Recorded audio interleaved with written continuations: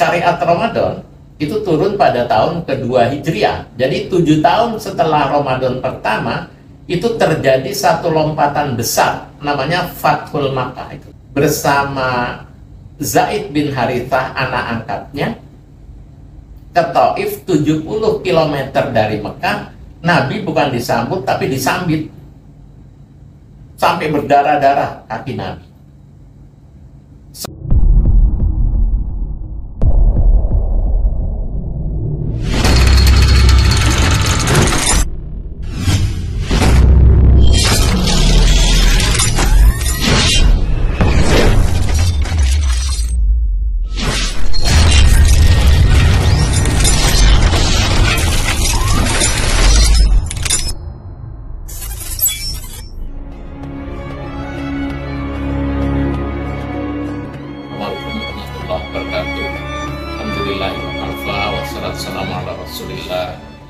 Mustafa wa ala alihi ahli siddiqi wal wafa. Allah ta'ala fi kitabil karim wa asdaqul qailin. A'udzu billahi samil alim minasyaitonir rajim. Bismillahirrahmanirrahim. Qul in kana aba'ukum wa abna'ukum wa ikhwanukum wa azwajukum wa ashiratukum wa amwalun iktaraftumuha wa tijaratun taksawna kasadaha wa masakinu tardawna ahabba ilaikum minallahi wa rasulih wa jihadin fi sabilihi fatarabbasu hatta ya'tiyallahu bi amri wallahu la yahdil qaumal fasikin. Saudara-saudara sekalian, kita akan tetap pembahasan tentang Quran karena ini adalah Syahrul Quran. Dan saya memulai tadi dengan satu ayat yang familiar dengan kita semua, yaitu Surat At-Taubah ayat ke-24 tentang 8 lapangan kehidupan yang kita jalani. Itu kalau 8 kehidupan itu lebih kita cintai daripada Allah Rasulnya dan berjihad di jalannya, maka kata Allah fatarabbasu hatta ya'tiyallahu bi amri. Sungguhnya tunggu sampai Allah mendatangkan hukumannya, urusannya kepada kita semua. Ikhwan dan akhwat sekalian, ayat ini berada di surat At-Taubah ayat ke-24. Kalau kita belajar tafsir, maka ada ilmu yang disebut dengan al-munasabah, ilmu yang mencari hubungan antara surat dengan ayat. Jadi hidup kita seolah-olah sempit hanya kepada cinta Allah, cinta Rasul, dan berjihad di jalannya. Seolah-olah itu kalau kita tangkap kita tangkap sekejap gitu, ya, sepintas itu. Tapi ternyata tidak. Karena pada ayat selanjutnya itu bercerita tentang perang Hunain. Perang Hunain itu peperangan setelah Fathul Makkah. Peperangan di daerah Hunain, kira-kira 2 kilo dari Mekah, ketika Nabi selesai melaksanakan Fathul Makkah. Artinya mengambil lagi Mekah kepada pangkuan kaum muslimin. Tidak ada lagi berhala-berhala, tidak ada lagi Lata Uzza, semuanya bersih. Itu menjadi pangkuan kaum muslimin. Dalam literatur Arab sering disebut dengan Ghazwatu Fathi Makkah. Jadi perang Fathul Makkah. Ya. Sebelum kita bercerita tentang perang Hunain, tentu kita akan mengambil Fathul Makkah sebagai entry point daripada perang Hunain ini. Perang Hunain ini peperangan yang nanti sahabat-sahabat banyak yang dapat unta, sekitar 50.000 unta, sekitar kambingnya juga sekitar puluhan ribu kambing. Jadi setelah ayat ke-24, maka ayat ke-25-nya adalah kenikmatan hidup, begitu. Jadi seperti Allah ingin mengobati bahwa hidup kita itu hanya mencintai 3 hal, Allah, Rasul, dan berjihad di jalannya, tapi di satu sisi ada kenikmatan di dalam perang Hunain itu sendiri. Nanti harta rampasan perang Hunain itu tidak sama dengan harta rampasan perang Badar yang ada dalam surat Al-Anfal. Kalau perang Badar itu namanya Ghanimah, ya, atau Al-Anfal. Tapi perang Hunain namanya Faid. Kalau Ghanimah itu seperempat untuk, maksud saya seperlima untuk Allah dan Rasulnya. Kalau 4/5 untuk kaum muslimin. Tapi Faid itu milik Rasul semuanya. Rasul yang membagikan kepada kaum muslimin, terserah Rasulullah SAW. Gitu. Itu statusnya beda. Tapi ini peperangan yang sangat menghasilkan keuntungan yang sangat besar, perang Hunain ini. Perang Hunain hanya diceritakan 3 ayat, yaitu surat At-Taubah ayat ke-25, 26 dan 27. Ya. Sedangkan Al-Anfal ceritanya ada, maksudnya perang Badar ceritanya ada dalam surat Al-Anfal. Ayat ke-24-nya itu bercerita tentang cinta. Cinta, mencintai 8 lapangan kehidupan kita. Kul in kana aba'ukum wa abna'ukum wa ikhwanukum wa azwajukum wa ashiratukum wa amwalun iktaraftumuha wa tijaratun taksawna kasada wa masakinu tardawna ahabba ilaikum minallahi wa rasulih wa jihadin fi sabilihi fatarabbasu hatta ya'ti Allahu bi amri wallahu la yahdil qaumal fasiqin. Ya. Jadi cinta itu Allah harus di atas segala-galanya. Setelah itu Rasul, setelah itu jihad di jalannya. Pembahasan tentang cinta itu harus dihubungkan, kalau maksud saya, kalau mau dihubungkan dengan Ramadan ini, itu sangat tepat. Karena Ramadan itu siamnya dan qiyamnya bisa jadi beban kita. Beban sekali kita puasa sebulan. Ya. Qiyamnya terawih tiap malam. Gitu. Itu beban itu dalam manusia. Itu sewaktu-waktu harus kita taruh beban itu supaya kita tidak hidup ini terbebani. Ya. Sewaktu-waktu kita ingin menaruh beban itu untuk meringankan hidup kita. Ya. Itu namanya beban. Oleh karena itu supaya tidak dijadikan beban, maka kita harus mencintai apa yang kita lakukan. Mencintai apa yang kita lakukan itu membuat beban itu menjadi nikmat, begitu. Ya. Makanya kemudian orang yang berbuka, Allah katakan lisaim farhatan. Bagi orang yang berbuka puasa itu ada 2 kenikmatan. Bagi orang yang berpuasa itu ada 2 kebahagiaan. 1 ketika berbuka, 2 ketika dia bertemu dengan Tuhannya.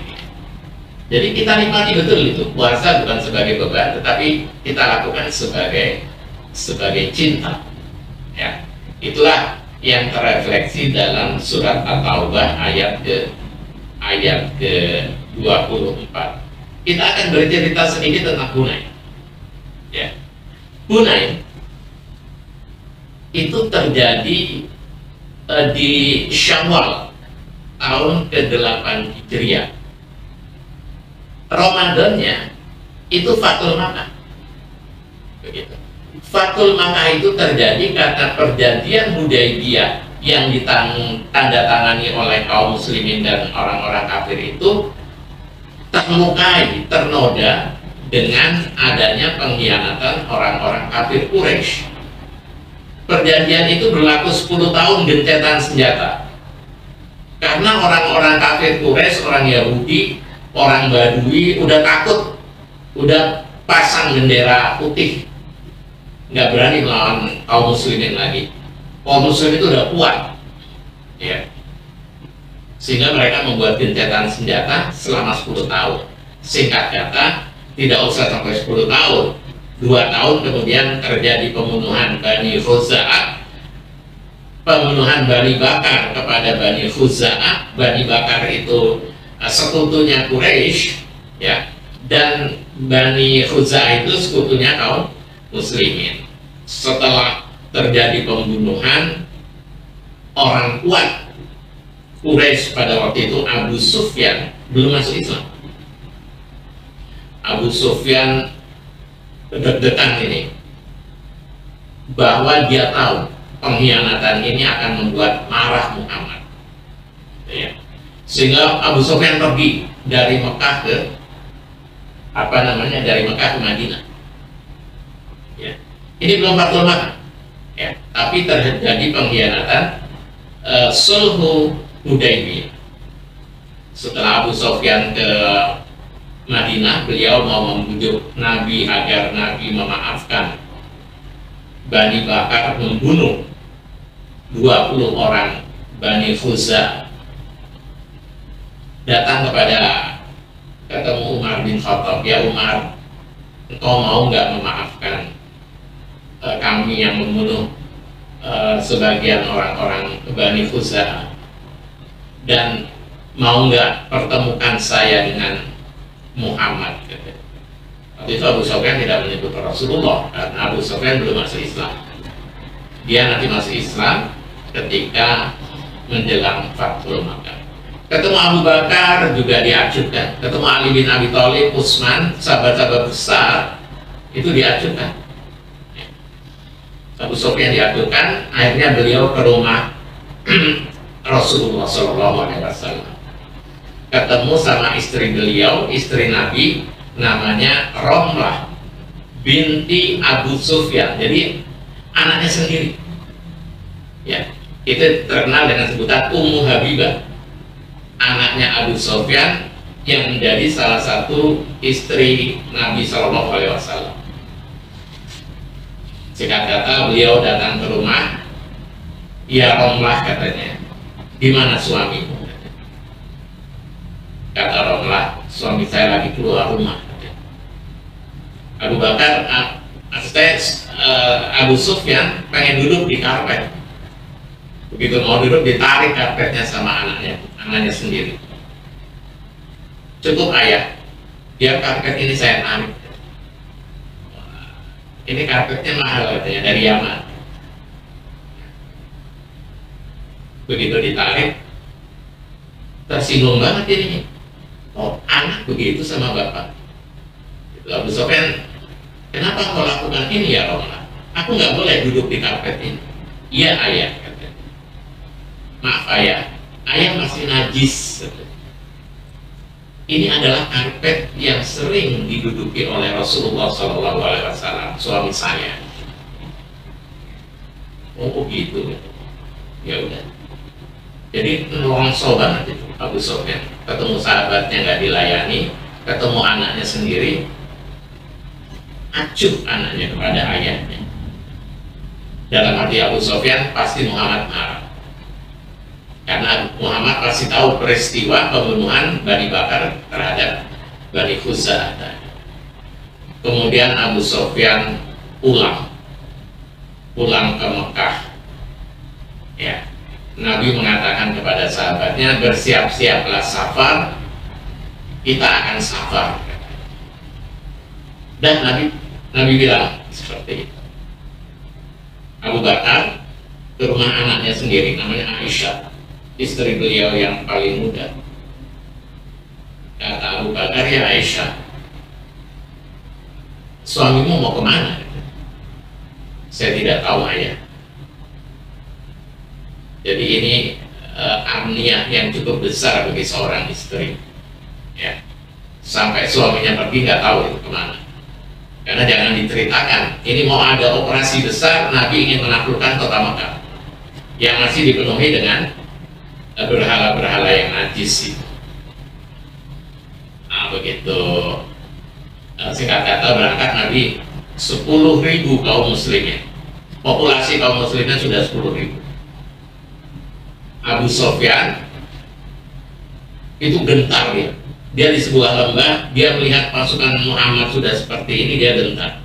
Istrinya Hindu sudah masuk Islam, ya, sudah masuk Islam dan menjadi tokoh wanita muslimah, ya. Istrinya namanya Hindu, yang pernah mencabik-cabik mayatnya Hamzah dalam perang Uhud, yaitu pamannya Nabi yang syahid di perang Uhud. Abu Sufyan sudah tidak kuasa melihat pasukan Muhammad 10.000, pasukan Nabi SAW 10.000 lewat di depan Abu Sufyan. Kemudian ada seorang pasukannya Nabi, ya, sahabat itu mengatakan, ya Abu Sufyan, al-yauma yaumul malhamah. Malhamah itu artinya pertumpahan darah, hari darah. Dia gertak Abu Sufyan itu, al-yauma yaumul malhamah. Makin takut, wah habis saya nih katanya, dibunuh saya oleh pasukannya Muhammad. Udah Abu Sufyan singkat kata masuk Islam ya. Begitu masuk Islam, Nabi mengatakan ke Abu Sufyan, ya Abu Sufyan, engkau sudah masuk Islam ya? Kata Nabi, al-yauma yaumul marhamah. Jadi lamnya diganti roh. Jadi dalam bahasa Arab satu huruf itu akhirnya beda. Kalau al-yauma yaumul marhamah itu artinya hari-hari ini adalah hari-hari kasih sayang. Kemudian dia mengatakan, man dakhala, siapa yang masuk dari Abu Sufyan fahuwa amin. Siapa yang masuk ke rumah Abu Sufyan dia aman. Jadi Abu Sufyan mantan pembesar Quraisy itu diwongke sama Nabi, dihargai. Ya, mantan pejabat, mantan elit Quraisy itu dihargai sebagai orang yang kalau masuk ke rumahnya aman. Kira-kira begitu. Saudara-saudara sekalian, singkat kata Nabi masuk ke Mekah tanpa pertumpahan darah. Ya, Nabi punya orang-orang yang menjadi TO, target operasi, diantaranya Ikrimah bin Abu Jahal. Ikrimah itu kalau ketangkep di perang Fatul Makkah ini, bunuh aja kata Nabi. Itu penjahat besar. Bapaknya juga Fir'aun umat ini. Anaknya juga penjahat besar, bunuh aja. Tapi cerita akhirnya nanti Ikrimah akan masuk Islam. Nabi masuk ke Mekah, orang-orang sudah gemetar semua itu, orang-orang kafir Quraisy. Dulu Muhammad di sini kami lempari kotoran unta, Muhammad dulu kami usir, Muhammad kami caci maki, Muhammad kami boykot selama 3 tahun. Tidak ada hubungan dengan kaum muslimin dan Bani Hashim. Pokoknya orang-orang yang pernah menyiksa Rasulullah SAW itu ketakutan ketika Nabi sudah masuk Mekah, kemudian berdiri di dekat Ka'bah. Mata dununa anni fa'ilum bikum, kata Nabi. Kira-kira kalian berpikir apa tentang aku? Kira-kira aku akan melakukan apa pada kalian hari ini? Katanya. Wah, mereka makin gemetaran itu. Pasti Muhammad akan membalas kita. Pasti Muhammad akan menyiksa kita. Pasti Muhammad akan membunuh kita, paling tidak begitu. Mata dununa anni fa'ilum bikum. Kata mereka, akhun karim wabni akhin karim. Ya Muhammad, engkau itu saudara kami yang mulia dan anak dari saudara kami yang mulia. Ini kata-kata orang sudah nyerah.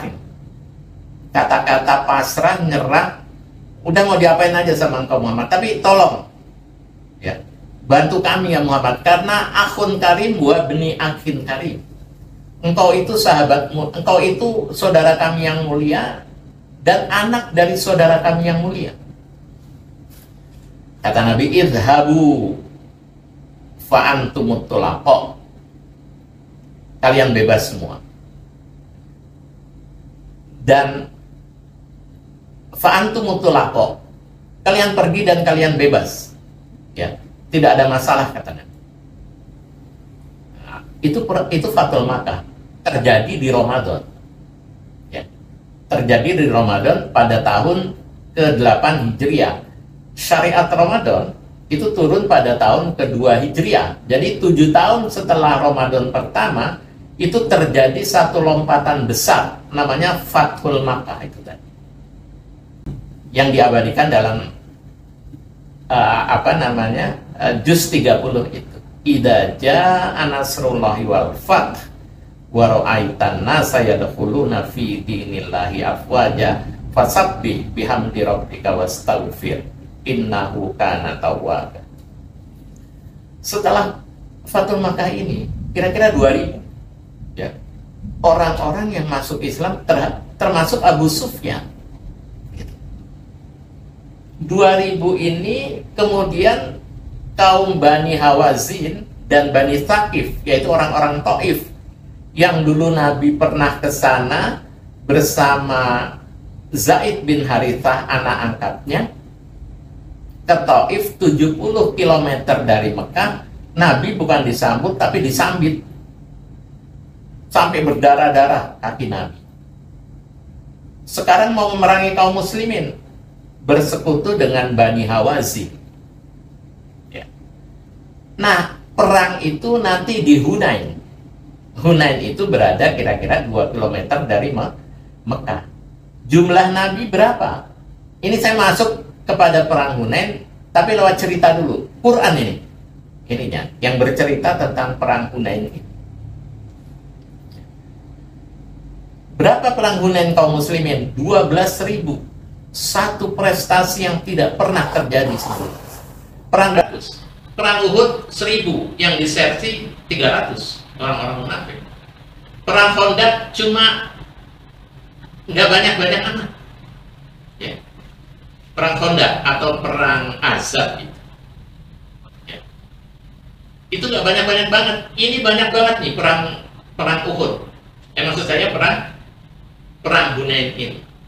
12.000 itu dari mana? 10.000 dari Nabi bawa dari Madinah, 2.000 orang yang baru masuk Islam. Jadi bisa dikalkulasi 12.000 itu angka dari mana? Nanti kita ambil pelajaran banyak guys.